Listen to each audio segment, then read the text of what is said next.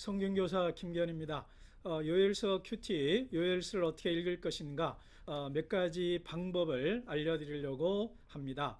첫 번째는요, 요엘서를 앉은 자리에서 1장부터 3장 끝까지 읽는 것입니다. 여러분, 숲을 본 다음에 나무 하나하나를 보는 거죠. 전체를 본 다음에 읽어야 되는데요.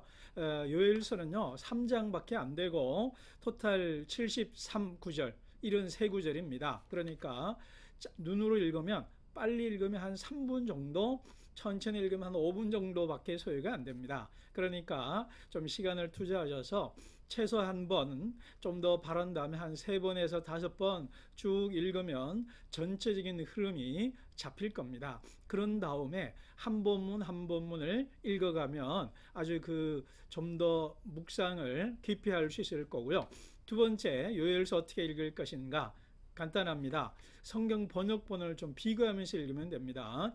통상 우리 개역개정을 많이 사용하죠. 그런 분들은 새번역이나 이런 것들을 비교하면서 대조하면서 한번 같이 읽어보시면 좋겠습니다. 그러니까 개역개정으로 한두 번 읽고 새번역으로 한 번 정도 읽고, 또 반대로도 되고요. 또 영어 성경이나 이런 외국어 성경이 가능하신 분들은 같이 읽으시면은 요일서 전체의 큰 그림을 그린 다음에 매일매일 큐티하면서 묵상하면서 그 맛을 음미하는 데 큰 도움이 될 겁니다. 자, 그러면 요엘서를 읽어라, 본문부터 읽어라, 본문을 읽으라 그랬는데요.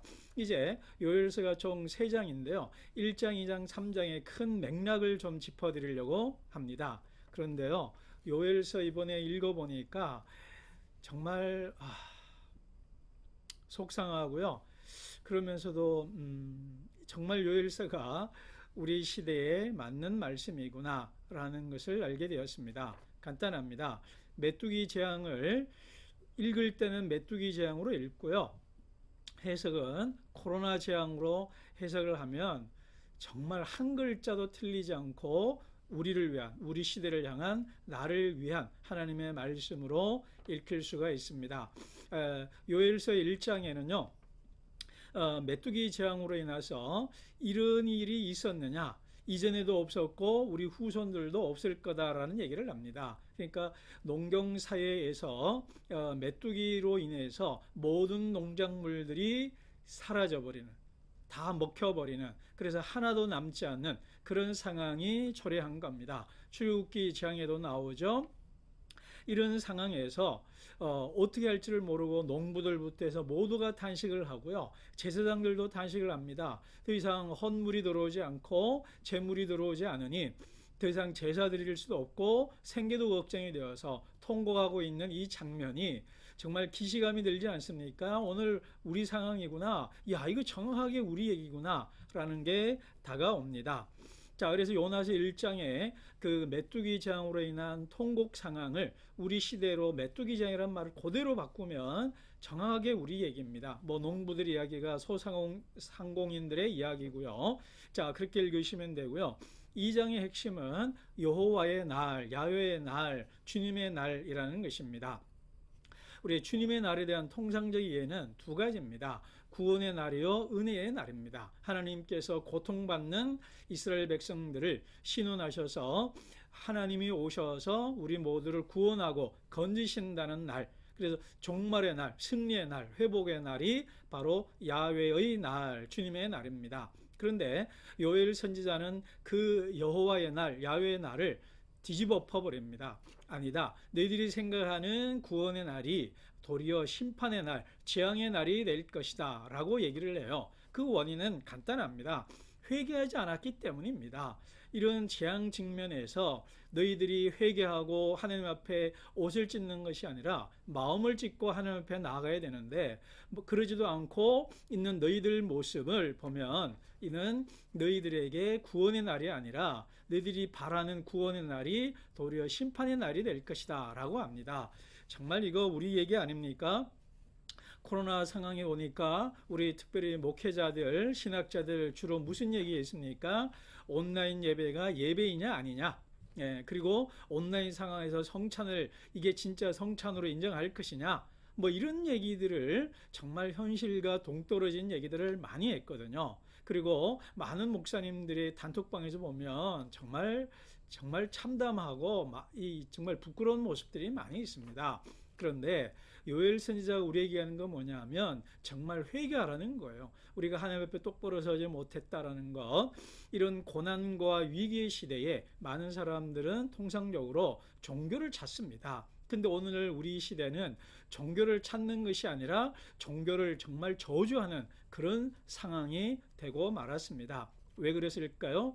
이 코로나 재앙 시기에 요엘 선지자의 메시지 회개하라는 거예요. 그 말은 뭐냐면 내 잘못을 찾으라는 거예요. 메아 굴파 내 탓이다. 우리 안에서 과연 한국교회가 그리고 목사인 내가 무엇을 잘못했는가, 성도인 내가 무엇을 잘못했는가, 그리고 그것을 하나님 앞에 듣고 진심으로 마음을 돌이키고 삶을 돌이키고 윤리적으로 돌이키고 더 나아가서 하나님 사랑, 이웃 사랑을 위한 자기 희생적 삶을 살라라는 부르심이 바로 요엘서이고 우리가 그것을 읽어낼 때에 가능성이 있다라는 겁니다. 그래서 2장에는 여호와의 날이 포인트이고요. 3장은 이런 회개, 진정한 회개가 있는 다음에 소망에 대한 얘기입니다. 다른 이스라엘 백성을 괴롭혔던 민족에 대한 심판들에 대한 얘기, 그리고 하나님께서 이스라엘 백성을 회복한다는 얘기가 3장의 얘기입니다. 그러므로 진정한 우리 회개와 변화의 삶을 통해서 가슴을 찢는 삶을 통과해서 진정한 소망, 하나님이 주시겠다고 하셨던 그 회복을 진정으로 맞게 될 거다라는 그런 소망의 말로 끝이 납니다. 우리가 요엘서 묵상하면서요, 이런 1장부터 2장, 3장을 통해서 최종적으로 하나님이 주시는 소망, 그리고 하나님을 향해서 꿈꾸는 그날을 우리가 소망하면 좋겠습니다. 요엘서 어떻게 읽을 것인가? 바로 메뚜기 재앙 대신에 코로나 재앙으로 넣으면 되고요. 자, 우리 요엘서 묵상하시는 분들에게 요엘서를 어떻게 읽을 것인가? 좋은 주석도 좀 소개하고 싶은데요. 첫 번째는 우리 김창대 교수가 쓴 한 권으로 꿰뚫는 소예언서입니다.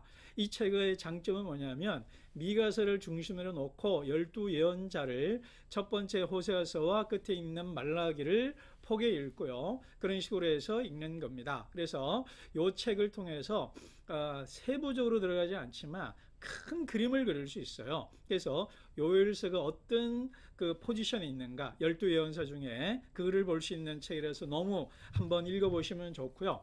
그리고 꼼꼼하게 읽기를 원하시는 분들에게는 바로 최고의 책이죠. 우리 WBC에 나오는 호세아에서 요나, 이게 2권입니다. 32권에는 또 미가서부터 말라기까지인데요. 좀 두껍죠. 그래서 이런 것들은 우리 설교하시는 분들을 위해서 추천하고요.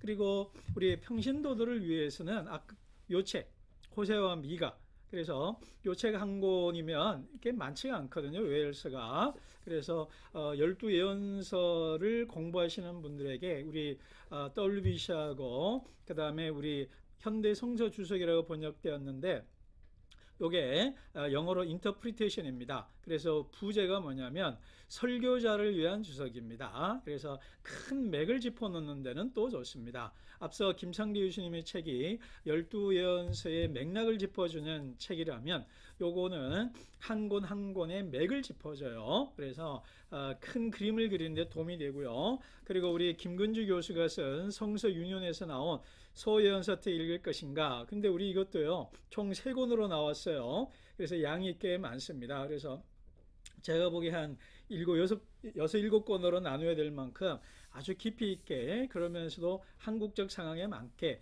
또 김근주 교수의 특징상 아주 예언자적이면서도 아주 비판적인 안목으로 성경을 읽고 우리 한국 사회에 잘 적용하려고 하는데 아주 유익한 시사점을 얻을 수가 있을 겁니다. 다시 말씀드립니다. 요엘서 정말 이 시대, 이 시점에 맞는 성경입니다. 처음부터 끝까지 앉아서 먼저 한 3번에서 5번 읽으신 다음에 매일매일 한 말씀 한 말씀 묵상하면서 내 자신을 집어넣고 우리 시대를 집어넣고 읽으시면 되고요. 요엘서를 우리 시대를 바라보는 창으로, 거울로 읽으시면은 큰 유익이 있고 또 이 말씀대로 우리 안에 큰 회개와 변화의 몸부림이 있고, 그래서 소망을 꿈꾸고 소망을 조금이라도 맛볼 수 있는 그런 기회가 되면 좋겠습니다. 요엘서 어떻게 읽을 것인가, 성경교사 김견의 설명이었습니다. 감사합니다.